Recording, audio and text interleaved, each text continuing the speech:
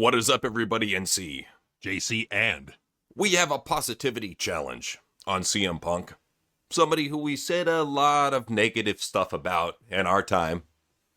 We're going to go ahead and try to be positive about him and say some nice things. Now, it's not something that's completely foreign to do.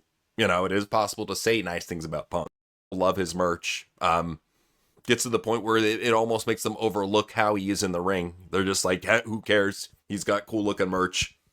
well, yeah, and that's the thing that we could say about him is that he is one of the top merch sellers in WWE. It's just a fact. He sells way more merch than Cody Rhodes, sells way more merch than really anybody and everybody else. I mean, he's definitely one of the top merch sellers in that company. So I guess that's a positive that we could say about him. You know, there's that. Yeah. Number two, he's got a cool theme song. I can't hate on his theme song. It's good, and you know the fact he made Paul pay for it is even better. So Right. no, I'm cool with that. I like his theme song. I think it's a good theme song. So that's number two.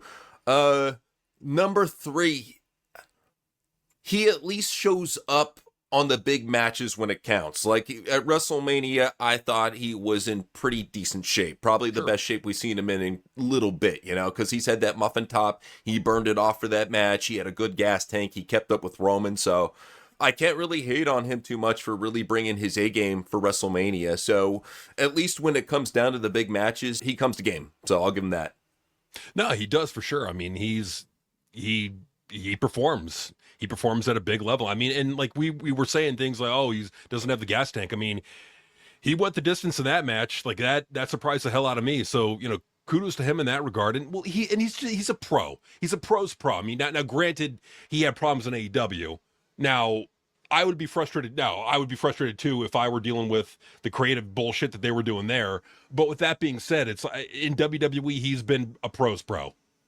He has been, I think, because he realizes that this is his last chance. I mean, we haven't seen him on TV for pretty much a month now, by the time this comes out. Haven't seen him on TV for a month, only showed up for that Ronda Rousey fight.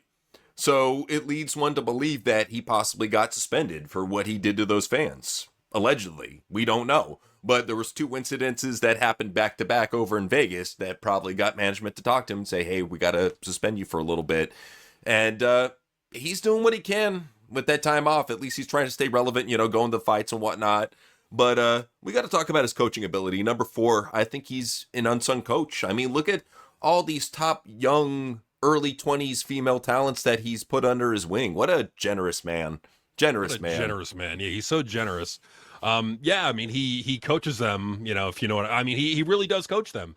He invests time in them. He goes down to NXT, he takes even time away from his wife to go down to NXT and train these women who, I mean, let's face it. I mean, are you going to find a better trainer than CM Punk? Are you going to find a better even-tempered trainer than CM Punk?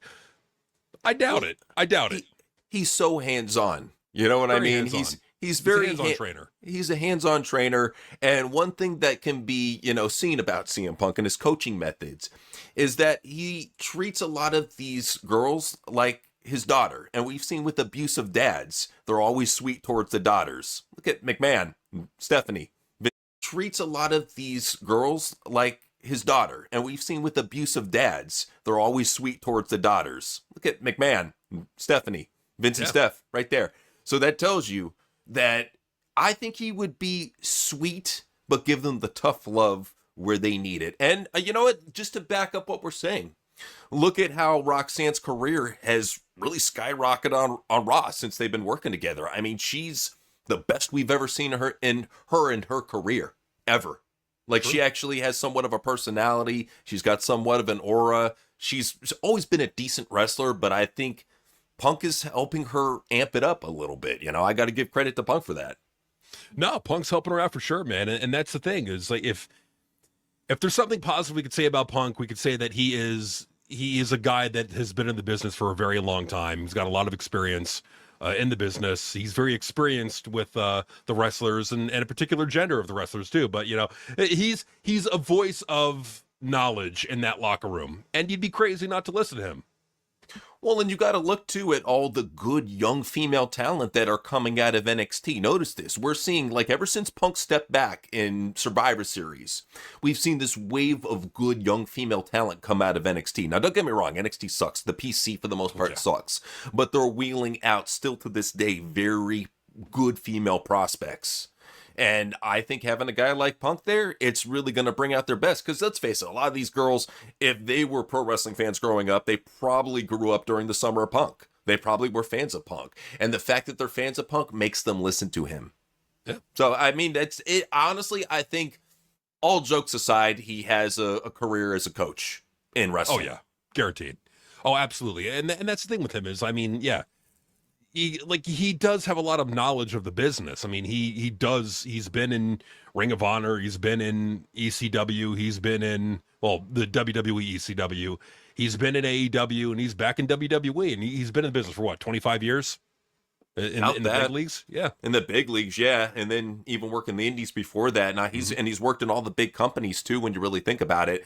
So with that type of knowledge, that type of experience in all those different types of locker rooms with that many different types of wrestlers, you're bound to have a couple rivalries here and there. It's going to happen, especially when you're a headstrong, power-hungry guy like he is. But that's another thing. I mean, it could be taken like a backhanded compliment, but it's also a good one. He's a good politicker.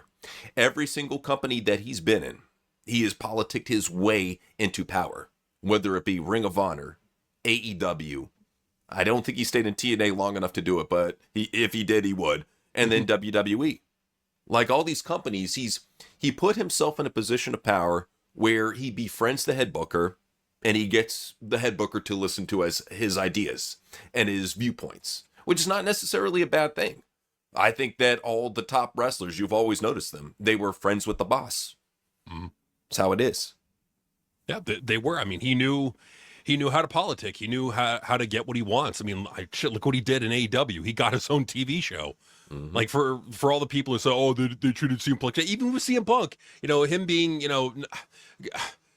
him not seeing the bigger picture and complaining about things like, dude, you got your own TV show. And, but he got his own TV show because he was CM Punk. There's a reason why Tony Khan listened to him, but it is what it is. That it is. And number 6, he's a guy that stands up for the virtues of people. He's such a nice political guy. He's a virtuous guy, He stands for everything that is quote unquote right in the IWC. And that's got to stand for something, right?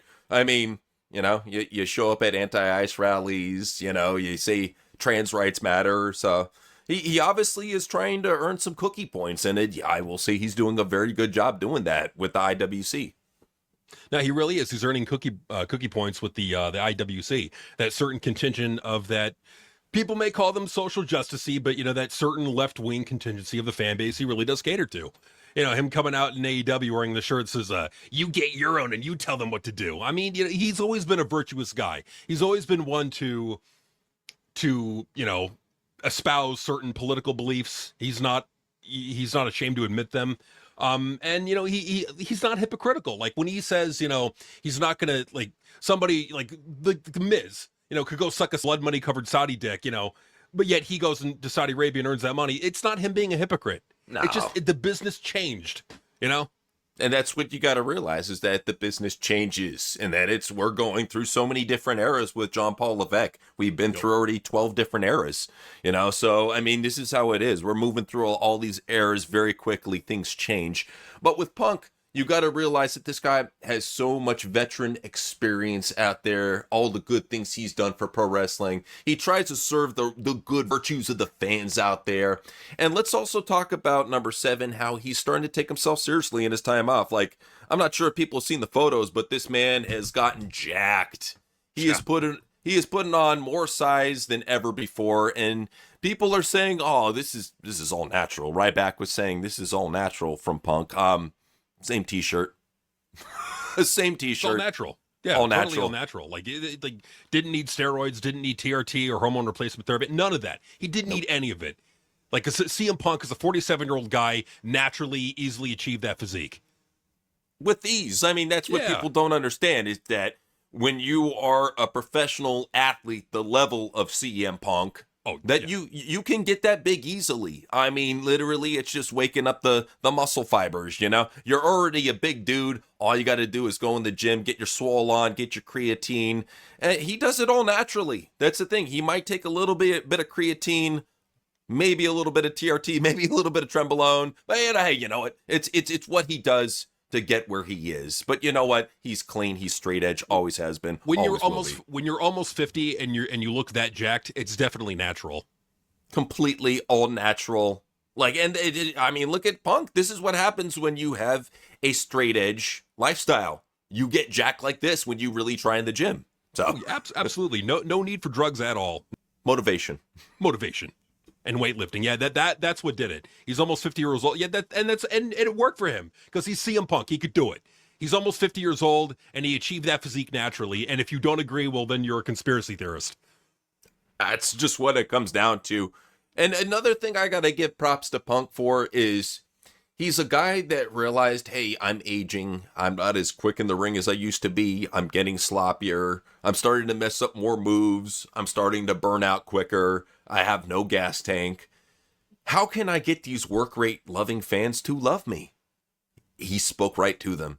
He is the voice of, not the voiceless, but the voice of the way too voiced right now. He was the voice of the way too voiced, and they heard him preaching like a preacher to the choir and took him in. They did. They heard him. They heard him preaching. Some people say, "Oh, he was whining. He was whining." No. He was preaching. He was preaching what needed to be said. Okay, he needed to say all the left-wing virtue signaling stuff. Okay, he needed to do it because that's just where the fans are now. They're a bunch of left-wingers. So he's just catering to the fans that are left of wrestling. You know, and that's the thing. Like, people need to understand that CM Punk knows what he's doing when he's pandering to the social justice warriors. He knows what he's doing. And how dare you criticize a veteran wrestler who has been in the business for as long as he has? How dare you criticize him? I mean, we're dealing with he's the modern day Terry Funk here. You know, he even compared himself to Terry Funk, so that tells you everything. So we're dealing with the modern day Terry Funk. We should show him more respect. We should realize that without a man like CM Punk, who else would keep this locker room in line? Who else would reach out and really try to train these beautiful young women? I didn't see anybody else stepping up while he was gone. Right. I mean, nobody stepped up. Nobody took time away from their wife to be on the road training young women down in NXT. Nobody else did that, but CM Punk did. And you know why? Because CM Punk loves the business. He loves pro wrestling. And let's face it, he loves it more than we do.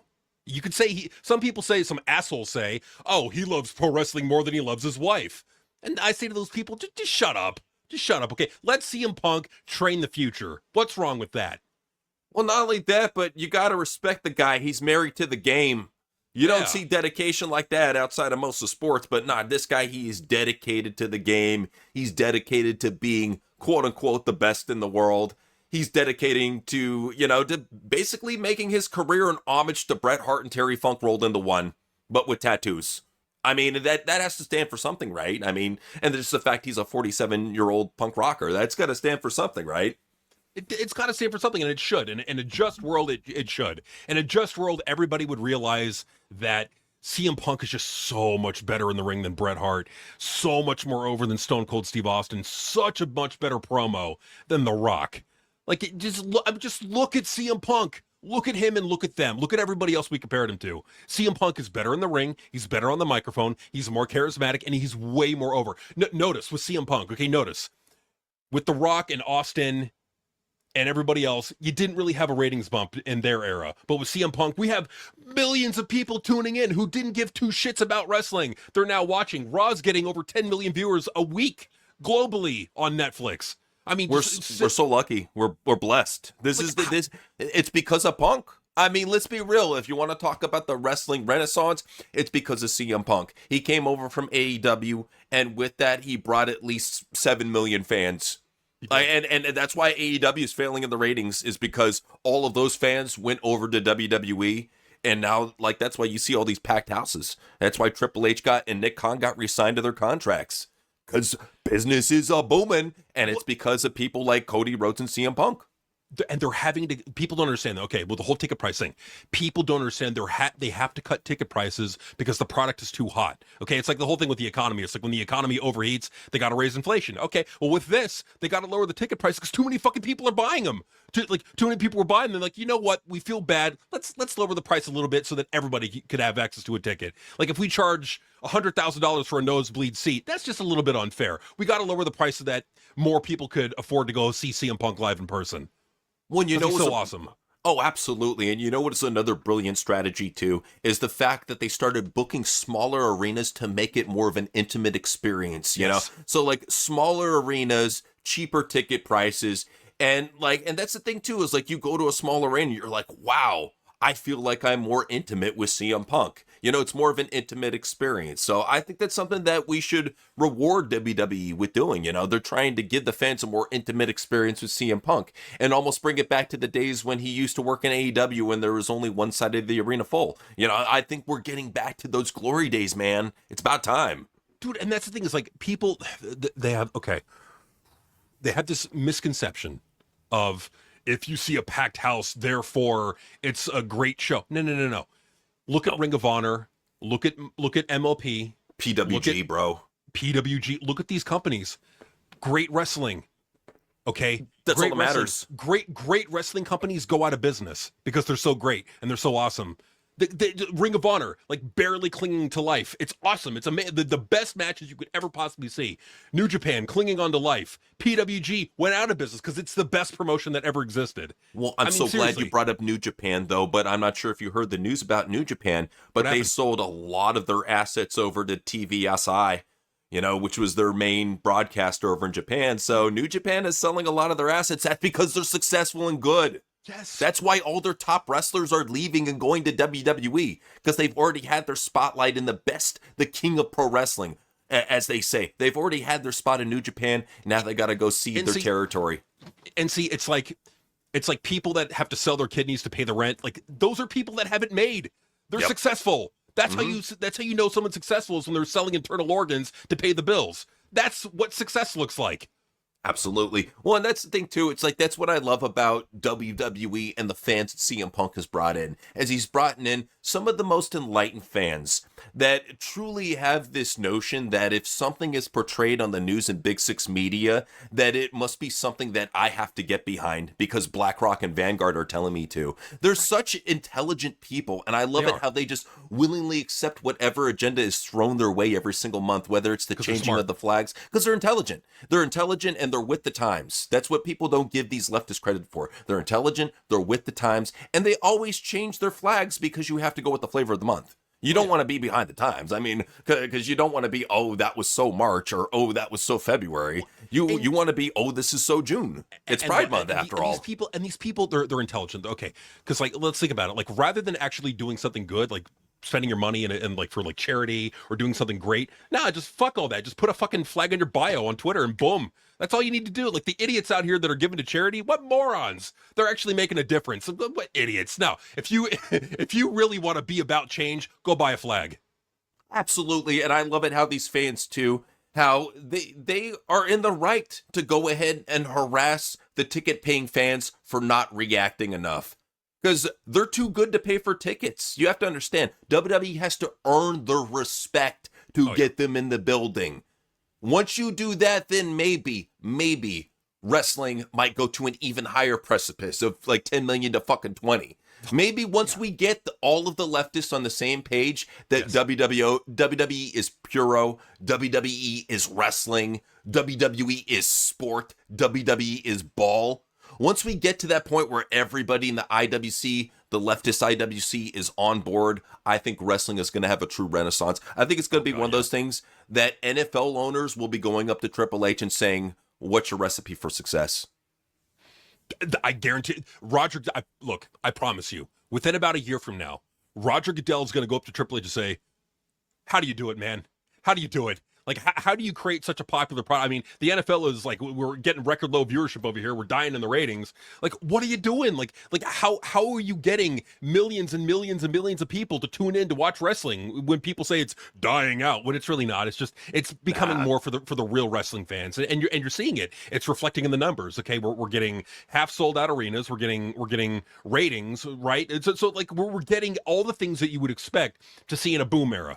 Do you really want to go to the arena and be around a bunch of clean-smelling normie fans that don't even know who Tetsuya Naito is? Fuck that shit. No. I want some stinky liberal geeks that love good wrestling, damn it. I want to be with my people.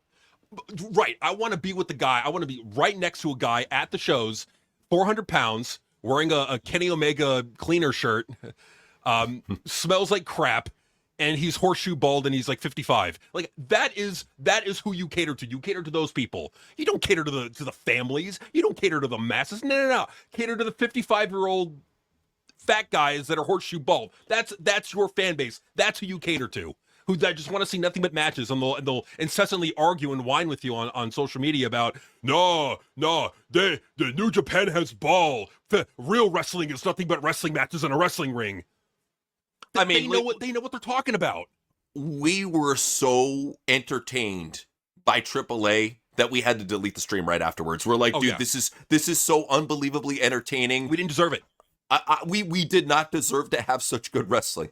No. We had to delete it right there. We're like, dude, I don't ever think we're going to get good wrestling like that ever again. And that's why we stopped covering TNA. It's the wrestling was just too good. It was blowing our minds. It was like, it's amazing. Whoa, dude, whoa. Like, okay, like my head, like in the scanners is going to explode. It's going to blow up if I continue to watch this awesome wrestling match. Like I had to see more and more of the boring long matches that went nowhere and meant nothing and had no story. I just like, I was seeing them and I was just getting overwhelmed. I was just like, the more and more, it's like, I don't know, man. It's too awesome. I can't take it. I'm gonna have to bow out, dude. And that's what we did. We bowed out on TNA because it was just too awesome. The creativity was off the charts. Storytelling was off the charts. And oh my god, the matches. Oh my god, the matches, dude. Oh my fucking god.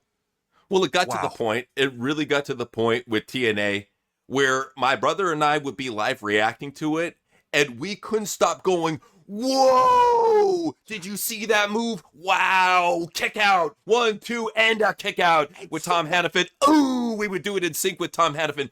Ooh! And then we'd go, and a kick out! It was we had such a great time with the amazing wrestling that was in TNA, with Cedric Alexander, with Leon Slater, with Eddie Edwards. Just so many amazing grapplers. Like true, like modern day gladiators. And that's what I love about Punk. And guys like CM Punk, guys like Cody Rhodes, modern day gladiators. Some of the toughest men you will ever see. And don't you dare ever criticize CM Punk's dedication to the game. Look at this. Look at this jacked, tattooed Bane right here. This is because he loves wrestling so much.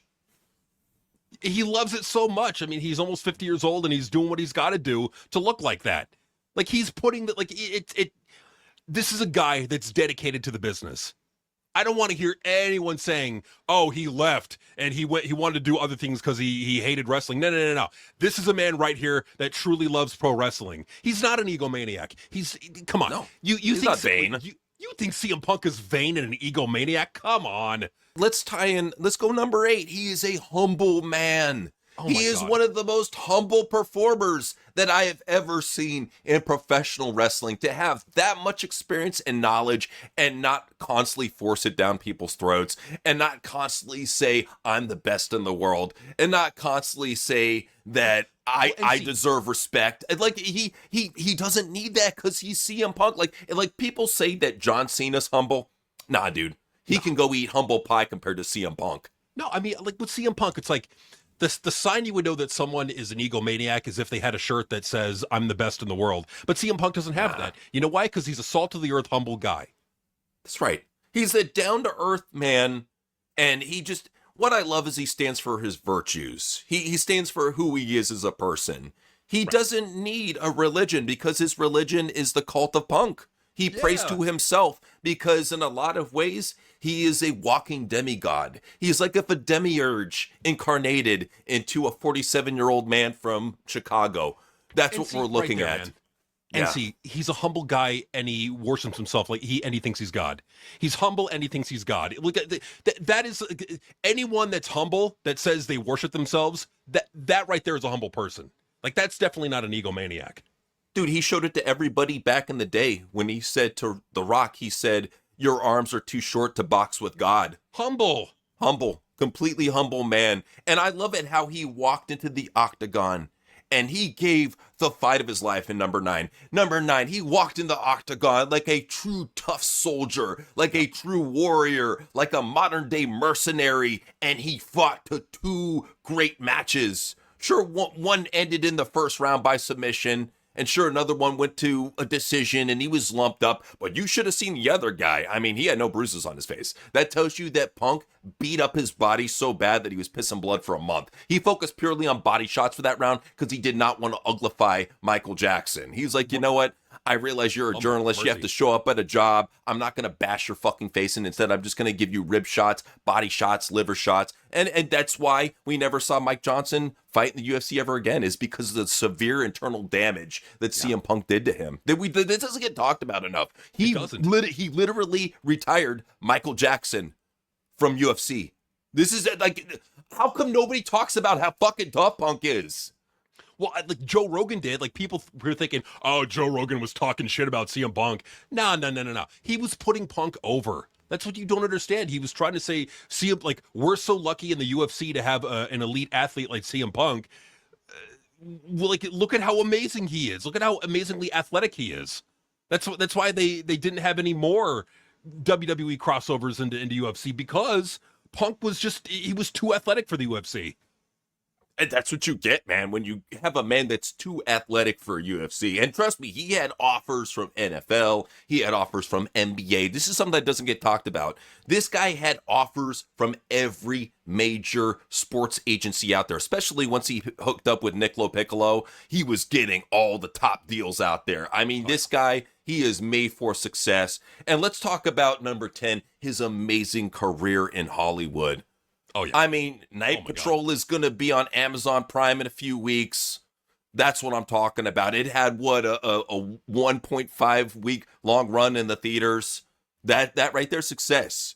To get 1.5 weeks in the theaters, made it. Money. And I'm going to look it up right now just to verify. With CM Punk. Yeah. See, like, a sign that you are successful, right, is when your movie goes straight to Tubi. That right there means everything. And just check out the fact. Oscars.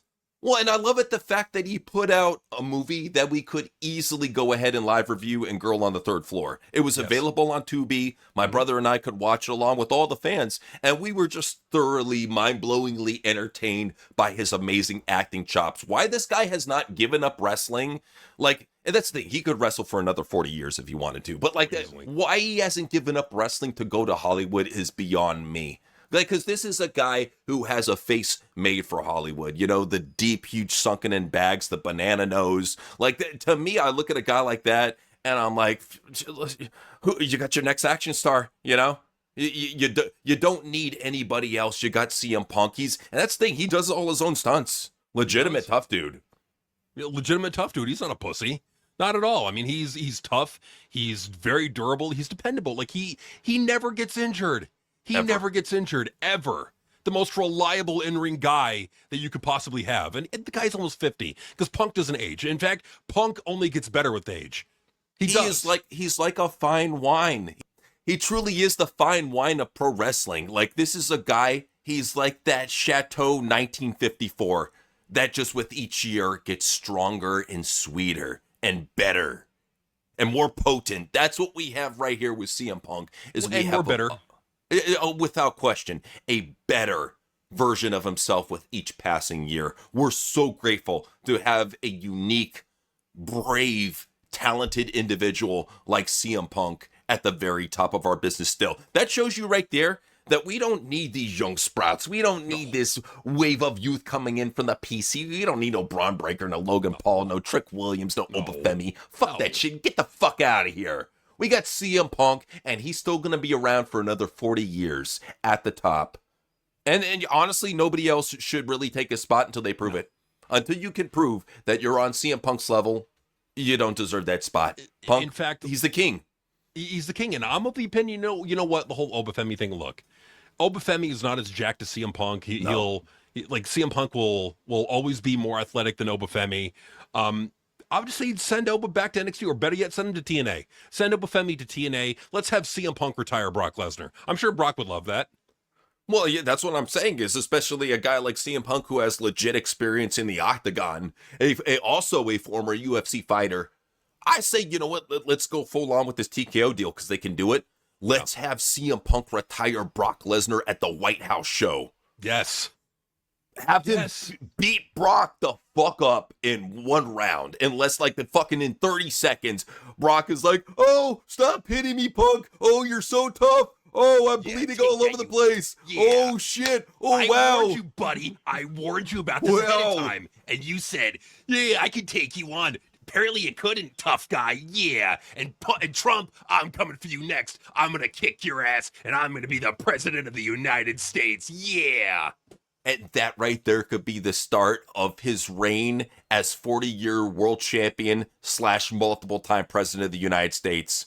I think it can happen. I think he can even beat the 3-time tenure. I think that just keep on putting this guy in the White House. Because what we need a proud virtue signaling Democrat like this that can truly rally the fans. He's almost like Adolf Hitler if he were a hardcore liberal Democrat. Like he has the same speaking skills, the dictatorship, the politicking skills. He has all of that Adolf Hitler has. He is really the modern day Hitler. In the best way possible. In a good way. In a good way. Not a bad way. In a good way. And then the more I think about it too, like if Punk was like the supreme ruler of the United States, I'm thinking to myself, you know what, like, or emperor, or whatever label you want to give him as dictator. I'm thinking, you know what? How awesome would it be to take the Star Spangled Banner and replace it with Cult of Personality? Amazing. That would be freaking amazing. And to see just like Carrie Underwood cringe as she has to sing Cult of Personality at at Super Bowl, that would be amazing. And like people need to understand about Punk, like this guy, he has the potential to take over as king of the United States, as one of the best of all time. And that's the thing too, is he would really try to help out, I think, the males and the females of the youth coming up, who also get a situation where he takes all these young males and he's like, you know what? You have too much testosterone. I'm going to remove your penises and give you estrogen. And that's something that I think all of them need. You know, we need young males neutered. So I think Punk's the man to do it. It's all for Punk. It's like if you got a twig and berries down there, hack it off for Punk. Like if you're a real Punk supporter, you know what you got to do. You gotta do what would make Punk happy. Make Papa Punk happy. Remove your willy. You don't need that, because it's obvious that Punk, he really appreciates the women. So why didn't you just become a female fan? He'd probably like you even more. Yeah, I mean, that way you could like virtue signal, and you could say, you know, I'm in line with what Punk would want, and then Punk would probably give you $1 million, or I don't know, but like Punk is as the supreme leader of not only America but of the world. Because like if Punk becomes the dictator of America, China is just going to surrender. The Middle East will surrender. Everybody's just going to surrender. It's all going to become like one big new world order of CM Punk. Well, that's what people don't understand, is any dictator that tries to stand up to him, he'll kick their ass. And that's something that we have to consider, is we finally have a king of the world, a president that can fight anybody and beat them up. We have basically like if you took Russell Crowe, but made him like 100 times tougher and gave him tattoos and put him in the White House. That's what we would have. That's what we'd have, man. We could have it all. If we just made Punk the supreme leader of the earth, that's what we could have. But no, all the fucking idiots out there, all the people that say, "Oh, I want higher ratings in wrestling. I want a future." You know what, buddy? You know what you want? You probably want to shut up, because CM Punk knows what he's doing. He's a legend. He's a veteran. He's the most humble man ever. He's just such a valuable person to have in wrestling. Why can't people see how valuable it is? He's almost 50. He's injury prone, and he's spends a lot of time away from his family to be with the women in NXT because he wants to train the future. Why can't you see how valuable he is? I'm tired of the disrespect, man. Like, it has to stop. It has to stop. Punk deserves your respect. He deserves your love. He deserves your adoration. And if you got a problem with him, you got a problem with us. Just saying. So this has been NC. JC and Peace out.